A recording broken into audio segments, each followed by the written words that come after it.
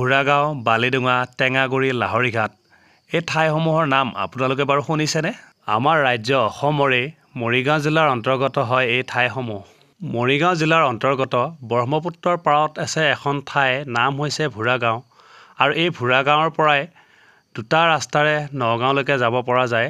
এটা হৈছে মৰিগাঁও হৈ নগাঁও আৰু আনটো হৈছে লাহৰীঘাট, মৈৰাবাৰী, ধিং হৈ নগাঁও। আৰু মই বৰ্তমান গৈ আছোঁ ভুৰাগাঁৱৰ পৰা লাহৰীঘাট, ধিং হৈ নগাঁওলৈ যোৱাৰ পথত। আৰু এয়া আপোনালোকে দেখিবলৈ পাৰিছে এই ঠাইখিনিৰ নাম হৈছে টেঙাগুৰি আৰু এয়া হৈছে টেঙাগুৰি ডেইলি মাৰ্কেট। ভুৰাগাঁও চাৰিআলিৰ পৰা প্ৰায় 6 পৰা 7 কিলোমিটাৰ অহাৰ পাছতে আমি পাওঁ এই টেঙাগুৰি। বান আৰু গৰাখহনীয়াই বিধ্বস্ত কৰা অঞ্চল হয় এই টেঙাগুৰি। বিভিন্ন প্ৰকাৰৰ শাক পাচলিৰ লগতে খেতি পথাৰৰ ফালৰ পৰা টনকিয়াল হয় এই টেঙাগুৰি অঞ্চলৰ ৰাইজ, লগতে টেঙাগুৰি অঞ্চলটো। ভুৰাগাঁৱৰ পৰা লাহৰীঘাট, মৈৰাবাৰী, ধিং হৈ নগাঁওলৈ যোৱাৰ পথত যদি আমি দূৰত্ব চাবলৈ যাওঁ, ভুৰাগাঁৱৰ পৰা টেঙাগুৰিলৈকে দূৰত্ব হ'ব প্ৰায় 6 পৰা 7 কিলোমিটাৰ আৰু টেঙাগুৰিৰ পৰা নগাঁওলৈ অৰ্থাৎ নগাঁৱৰ পৰা টেঙাগুৰিলৈকে দূৰত্ব হ'ব প্ৰায় 50 কিলোমিটাৰ। অসমৰ মৰিগাঁও জিলাৰ অন্তৰ্গত ভুৰাগাঁও, বালিডুঙা, টেঙাগুৰি, লাহৰীঘাট এই অঞ্চলসমূহ প্ৰতি বছৰে বানপানী আৰু গৰাখহনীয়াই যথেষ্ট পৰিমাণে ক্ষতিসাধন কৰে সাধাৰণ জনতাক। নমস্কাৰ দৰ্শকসকল, মই দীপাংকৰে মোৰ YouTube channel DK vlogs with দীপাংকৰলৈ আপোনালোক সকলোকে স্বাগতম জনাইছোঁ। মই আজি আছোঁ এনে এখন ঠাইত, যিখন ঠাই মৰিগাঁও জিলাৰ অন্তৰ্গত আৰু সমষ্টি হ'ব লাহৰীঘাট সমষ্টি।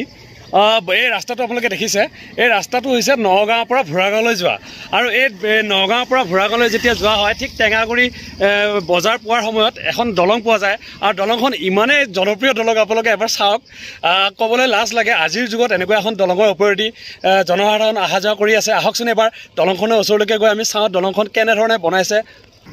সেয়া আপোনালোকে দেখিবলৈ পাৰিছে এখন দলং, পকা দলং আপোনালোকে দেখিবলৈ পাৰিছে। আৰু এইবিলাক গাড়ীবিলাক যে আহি আছে, এই গাড়ীবিলাক এতিয়া ভুৰাগাঁও ছাইডৰ পৰা আহি আছে, এইফালে লাহৰীঘাট, মৈৰাবাৰী হৈ নগাঁওলৈকে যাব। আৰু মই আজি আপোনালোকক এটা ইণ্টাৰেষ্টিং বস্তু দেখাব বিচাৰিছোঁ। আহকচোন, এই দলংখন যে দেখিছে, এই দলংখনৰ ওচৰৰ পৰা আমি গৈ অলপ চাওঁ। আজিৰ যুগত এনেকুৱা এখন দলঙৰ ওপৰেৰে আমাৰ সাধাৰণ জনতা অহা যোৱা কৰি আছে। আহকচোন এবাৰ ওচৰলৈকে গৈ চাবলৈ চেষ্টা কৰোঁ এই দলংখন। চাওক, মই এতিয়া আহি আছোঁ নগাঁৱৰ ফালৰ পৰা ভুৰাগাঁও ছাইডে যাবলৈ। আৰু এই আপোনালোকে দেখিবলৈ পাৰিছে এখন দলং। চাওক, দেখিবলৈ এখন ইমান সুন্দৰ পকা দলং। আৰু দলংখনৰ অলপ আগলৈকে আমি যাবলৈ চেষ্টা কৰোঁ। আপোনালোকে চাওক, দলংখন আধালৈকে বনালে।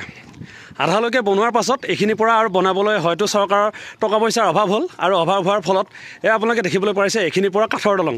চাওক, আজিৰ যুগত এনেকুৱা এখন দলং হয়তো অসমততো বাদেই দিছোঁ, কোনো ঠাইতে চাগে এনেকুৱা এখন দলং আমি আজিলৈকে দেখা পোৱা নাই। আপোনালোকে চাওক দলংখনৰ অৱস্থা। এনেদৰেই সাধাৰণ জনতা এই দলঙৰ ওপৰেৰে অহা যোৱা কৰি আছে। আপোনালোকে চাওক এবাৰ ভালকৈ। চাওক কেনেদৰে আহিব লগা হৈছে যাত্ৰীসকল। গাড়ী এখন আহিবলৈ কিমান কষ্ট কৰি এনেদৰে আহিব লগা হৈছে।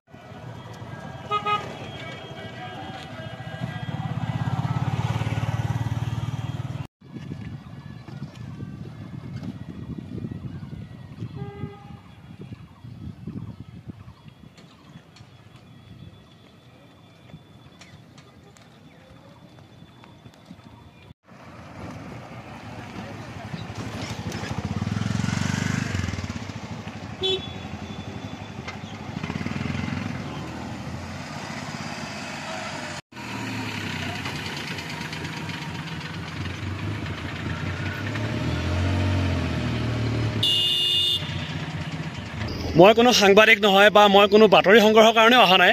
এয়া হৈছে মোৰ নিজৰ ঠাই ভুৰাগাঁও। ভুৰাগাঁৱত মই থাকোঁ, যিহেতু মোৰ ঘৰ, আৰু এই ৰাস্তাটোৰে আমিও অহা যোৱা কৰোঁ। সেয়েহে মই আজি এই ভিডিঅ'টোৰ যোগেদি আপোনালোকক দেখাবলৈ বিচাৰিলোঁ। চাওক, এনেকুৱা এখন দলং, যিখন দলঙৰ আধালৈকে পকা আৰু আধাৰ পৰা কাঠৰ দলং। আপোনালোকে চাওক আৰু আপোনালোকৰ নিজৰ নিজৰ মতামতবোৰ মোৰ এই ভিডিঅ'টোৰ যোগেদি দিয়ক।